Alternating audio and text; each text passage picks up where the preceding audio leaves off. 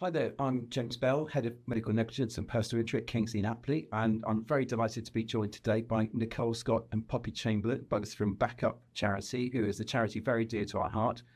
They're a spinal injury support charity and uniquely offer peer-to-peer support for their clients. And I'm really delighted to welcome Poppy and Nicole today to talk about the wonderful work they do. Nicole, just building on what we talked about earlier, is if you could tell me about the relative support days that you offer at hospitals. Yes, absolutely. So we are currently in 8 of the 11 spinal units across the country, and we, in coordination with those spinal units, we help run and facilitate relative sessions in those spinal units, and it can be a morning, an afternoon, sometimes the whole day. And the format of it is that we have an introduction into what ourselves, Backup, do as a whole, and also some of the other spinal charities across the country.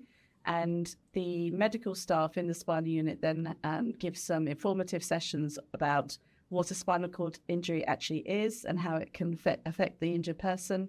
Then they touch on bladder and bowel and skin issues. And then also we touch on sort of personal well-being and how to look after ourselves as relatives within the whole process.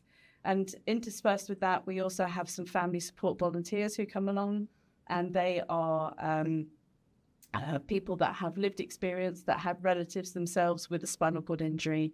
And they can be 5, 6, 8 years down the line, and they will share their experiences, what it was like for them, what helped them cope, and how they are all now recovering as a family together.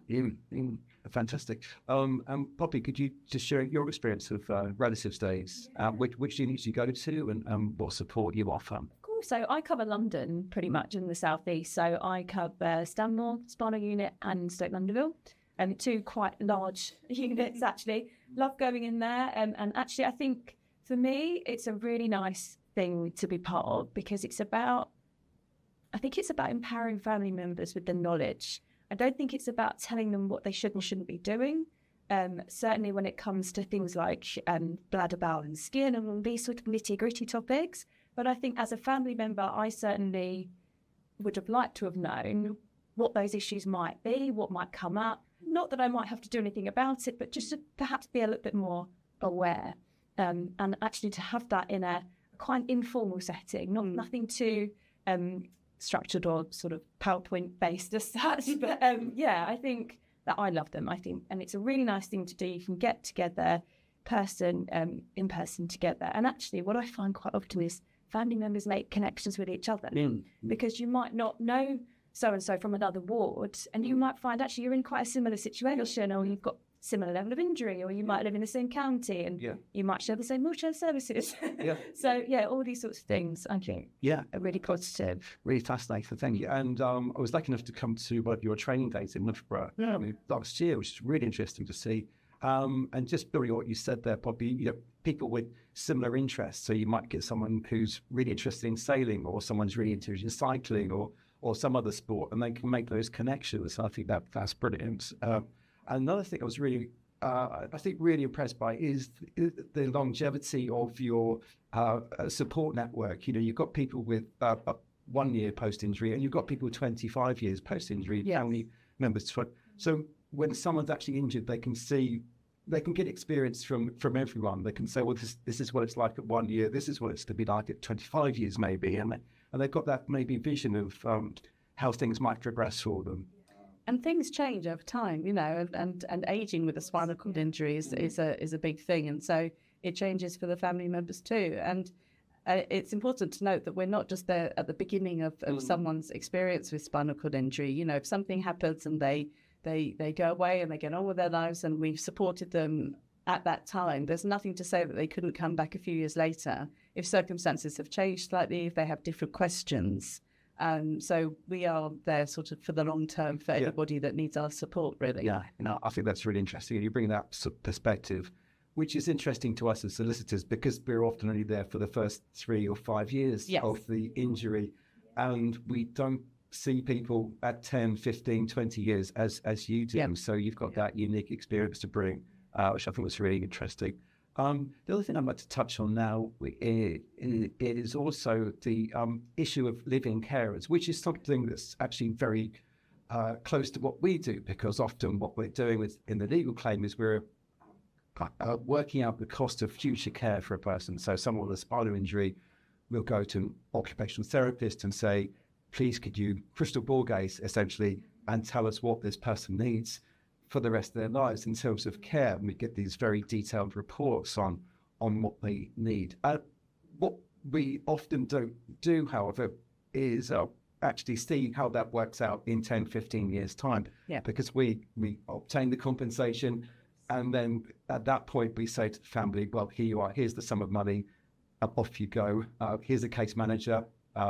They'll find carers for you. But we don't see 10, 15 years later. So we might see the very beginning of the care package, but we don't see what you've seen. So I'd be really interested to hear what your thoughts are about living carers and how you can help your clients cope with that. Yeah, and of course, we both share experiences with living care, actually, for both our husbands. Again, I think it's about helping people to learn to sort of advocate for themselves, to know what do you need. Think of perhaps your worst day, rather than it's quite a negative place to sit in, isn't it? Sometimes to think, what do I need help with the most? And that can be quite difficult for us as family members and as the injured person to think about what's my worst day. But I think it's really important that basis of care is there in the first place, because it affects everything in terms of your family dynamics.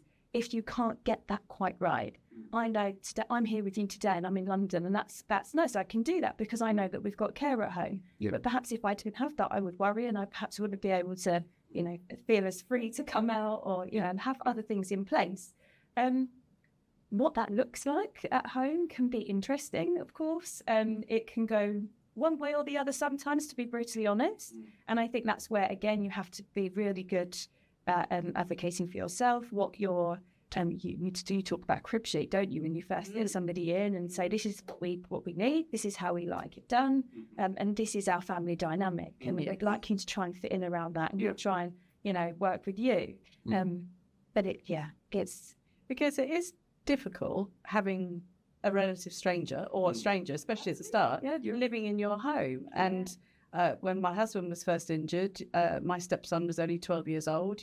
We had him to consider as well, and having someone in and coming in and helping my husband get up and dressed and all the morning regime in the house and walking around and joining us for meals. It's a big change, and it's a change to the whole family dynamic. But we have that lived experience ourselves, most of us on our team, and we can help people sort of navigate that area. And like Poppy says, to be able to advocate for themselves, but and also to encourage their relative with the spinal cord injury to advocate for themselves is really important. Yeah, and that's something we're very familiar with, having to try and persuade our clients to accept living care or paid for care, because obviously they want the care from their family members, and that over many years that can just be problematic, and family members can get quite exhausted. I think we come across quite, isn't it? It is. Yeah, and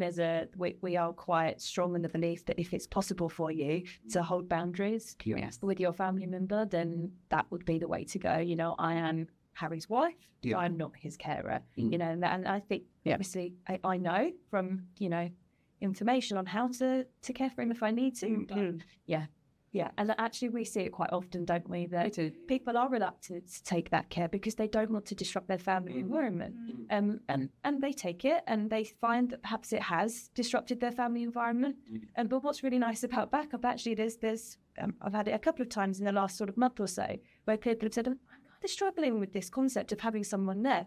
Well, I tell you what, we've matched them up, haven't we, with mentors, and they've talked about, and they talk about it together amongst themselves of what that dynamic's like, how they can kind of get around those difficulties. So, I think that's absolutely brilliant. And it's yet another sort of string to your bow in terms of the support backup can give, is that you've got that lived experience to pass on to reassure people that it will be okay if you do have living carers. Some people have different scenarios too. I mean, you can have a full-time living carer, that whole package, if you like. Some people like to have people just coming in the morning and the evening. And through my own personal experience, my husband has live-in care, 24-hour living care. But when we go away on holiday, we like to have our own time just to ourselves. So actually, because I learned about how to do his care in one of those relative sessions and with the help of the hospital, then that's how we choose to manage it. So yes, we do have the living care, but also there are times where it's just him and I, and you need to have that time together, just the two of you. So again, like Poppy, I'm his wife and I can do care, but I'm not his carer. Yeah. Okay. Well, thanks so much, Poppy and Nicole, for sharing your experiences about relative days and also living care, which I think is really fascinating for us as solicitors to hear about. So thanks once again for coming in. Thank you.